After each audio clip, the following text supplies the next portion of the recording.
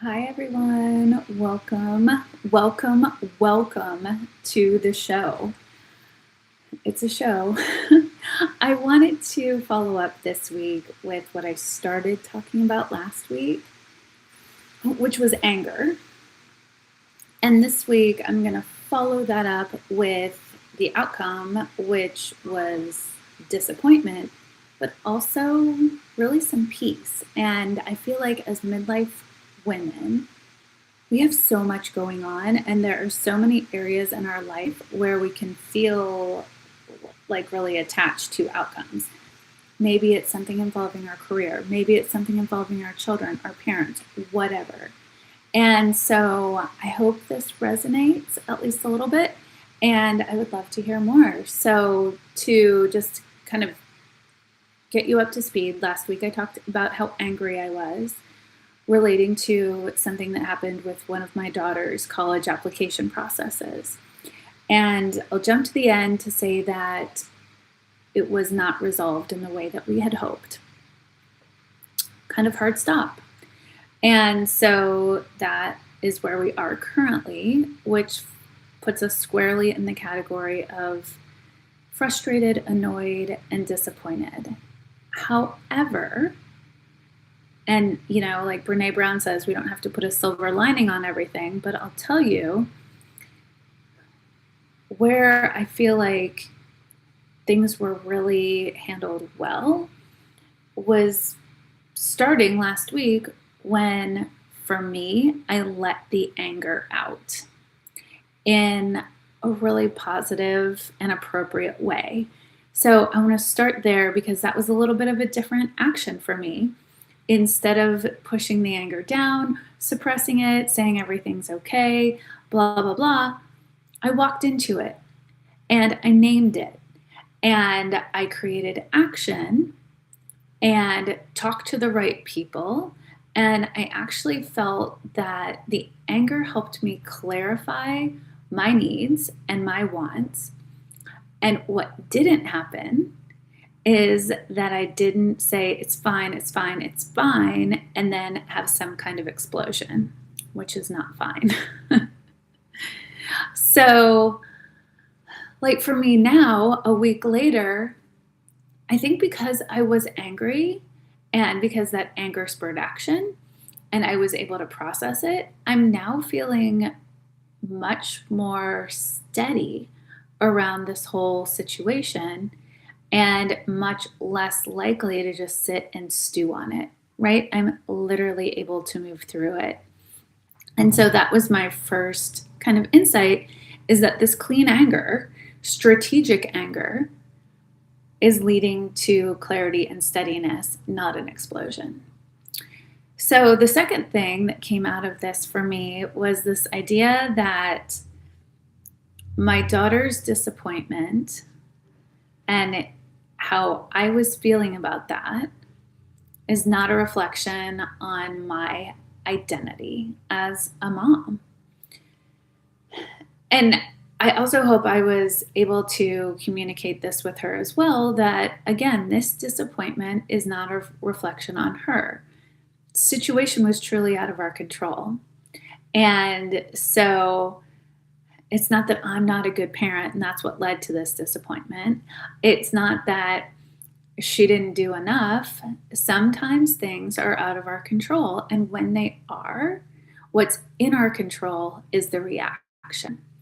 And so that's really pretty powerful. And I feel like for midlife women, what it does is help us to really feel empowered around this, because when things happen that are out of our control, which they will, when we remember that's what in our control is our reaction, that gives us a ton of power and that gives us a ton of agency to write our own story and not have it be written about us. So the anger was painful and it was freeing. So then the third insight that's been maybe the most interesting is that prior to this happening, our conversations were kind of black and white. Yes, Yes or no? Like, what are you going to do? Is it this or is it this?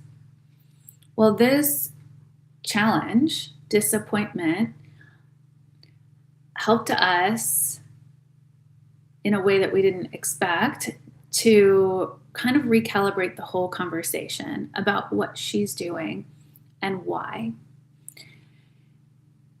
So it's like it started to call the question, well, was this the path you really wanted? Now that we have space, whether we wanted it or not, let's use it. Let's take a step back. Let's double check that we're going down the road we want to be going down. And so I think that's also really relatable to a bigger midlife conversation, because when these disappointments happen, instead of getting stuck in the loop of it didn't work out for me, the bigger question can mean, what does this mean for me? Right? And so it's a tiny reframe of being the victim.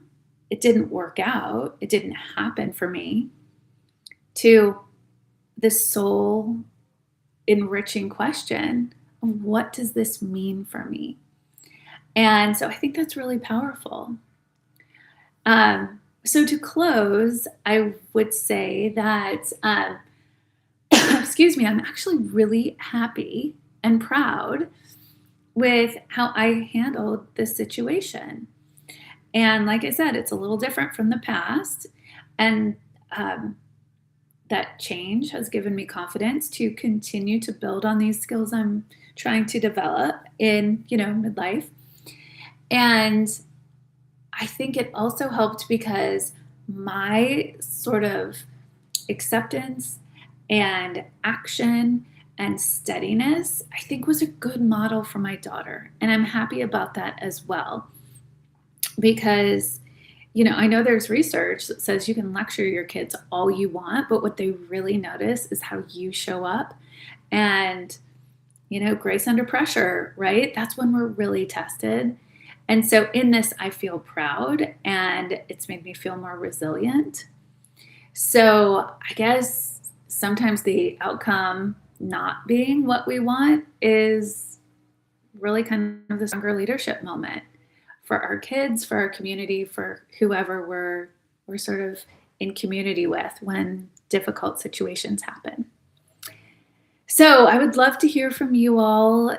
Do you have any reflections or thoughts on this? Or what are some disappointments that you've handled really well and felt proud of? I know I'd feel proud of you just by acknowledging those. So I invite you to subscribe for weekly midlife content. We're not too old, we're not too young. And until next week, have a good one.